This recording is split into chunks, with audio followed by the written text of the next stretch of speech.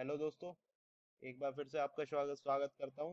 तो पिछली वीडियो में हम देख रहे थे डिस्क शेड्यूलिंग एल्गोरिथम। उसमें हमने देखा फर्स्ट कम फर्स्ट सर्व। अगर आपने नहीं देखा तो आप एक बार देख सकते हैं। और इस वीडियो में अब हम आगे बढ़ेंगे और अब हम देखेंगे शॉर्टेस्ट शेड्यूलिंग टास्क फर्स्ट, जिसको हम SSTF बोलते हैं, वो कैसे इम्प्लीमेंट करेंगे। तो दोस्तों, इसमें सबसे पहले अगेन हेड पोजीशन जो होती है उसको हम फिक्स कर देंगे, जो कि दी होती है। तो यहाँ 53 दी हुई है, तो हम 53 पे अपना हेड पोजीशन मानेंगे। अब दोस्तों, जैसा कि इसका नाम है शॉर्टेस्ट शेड्यूलिंग टास्क फर्स्ट, तो ये उस टास्क को पहले लेगा जो शॉर्टेस्ट होगा।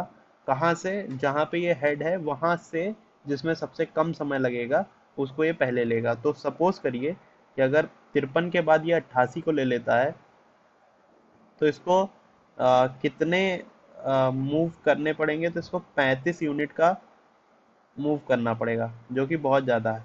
तो अगर आप इन सब में देखिए कि 53 के सबसे ज़्यादा क्लोज कौन सा है, तो एक तो दोस्तों ये है, जो कि मात्र 10 यूनिट की दूरी पे है। और एक आप ये कह सकते हो कि 79 तो दूर है, तो सबसे ज़्यादा करीब कौन सा है? 63। तो हम क्या करेंगे, 63 पे हम चले जाएंगे। अब दोस्तों, यहाँ पे मैं आपको एक कॉन्सेप्ट बताना चाहता हूँ। सपोज करिए ये 53 और 63 के बीच में 10 का फासला है। सपोज करिए एक रिक्वेस्ट यहाँ पे आ जाती 43 की भी, तो देखिए 53 63 से 10 ज़्यादा है, ठीक है। और 53 से 43 भी 10 यूनिट कम है। तो फिर हम 43 लेते या 63 लेते? तो यहाँ पे हमारी गाड़ी फंस जाती। तो इसके लिए हम क्या करते, हमारा डिस्क हेड अगर, तो फिर ऐसे क्वेश्चन में दिया होता कि हमारा डिस्क हेड अपवर्ड जा रहा है, यानी कि ऊपर की तरफ जा रहा है। तो यानी कि अगर ये अपवर्ड जा रहा है और ये 53 पे है, तो अब ये इसका अगला क्या आएगा? 63। अगर हम 43 को रीड करेंगे तो हमें अपने रीड राइट हेड जो हमारा है उसको एक तरह से, अगर ये ऊपर जा रहा है तो इसको नीचे की तरफ मूव करना पड़ेगा। तो इसकी जो डायरेक्शन चेंज करने की जो कॉस्ट होगी वो कहीं ना कहीं ज़्यादा हो जाएगी। और ये बेसिकली हम यहाँ पे क्या कैलकुलेट करते हैं, एक तरह से कॉस्ट कैलकुलेट करते हैं कि हम कौन सी ऐसी एल्गोरिथम लगाएं कि हमारी सारे आईओ को एक्सेस करने की, सारे ब्लॉक को एक्सेस करने की कॉस्ट कम हो जाए। तो अगर हम 43 लेंगे और ये अपवर्ड जा रहा है, तो कहीं ना कहीं ये जो इसका डायरेक्शन चेंज होगी उसकी कॉस्ट हमको ज़्यादा हो जाएगी। इसलिए हम 43 नहीं लेंगे, उस केस में 63 लेंगे। खैर, यहाँ तो 43 है नहीं, तो हम मेरे लिए आसान हो गया, हमने 63 ले लिया। अब दोस्तों, इसके बाद क्या करेंगे, हम 63 से देखेंगे कि कौन सा पास है। तो दोस्तों, आप देख सकते हो 63 से सबसे ज़्यादा पास कौन सा है, तो है 79। तो अब हम क्या करेंगे, 63 के बाद कौन सा लेंगे? 79 लेंगे। तो यहाँ से हम आएंगे, यहाँ इसको मान लिया हमने 79। 79 के बाद दोस्तों क्या आएगा? तो 79 के बाद आएगा 83, फिर आएगा 88, फिर आएगा 90। अब 90 के बाद दोस्तों, 90 के सबसे करीब क्या है? तो सारी चीज, यानी कि 53, 63, 79, 83, जिसको 79 बोलते हैं, 83 बोलते हैं, 88 बोलते हैं, 90, इतना हो चुका है।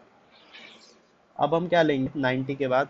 तो जो सबसे करीब है, क्योंकि अब हमें नीचे जाना है, अब हमारा डायरेक्शन चेंज होगी। तो सबसे पहले हम किस चीज़ को रीड कर पाएंगे? तो सबसे पहले थोड़ा और नीचे आ जाइए।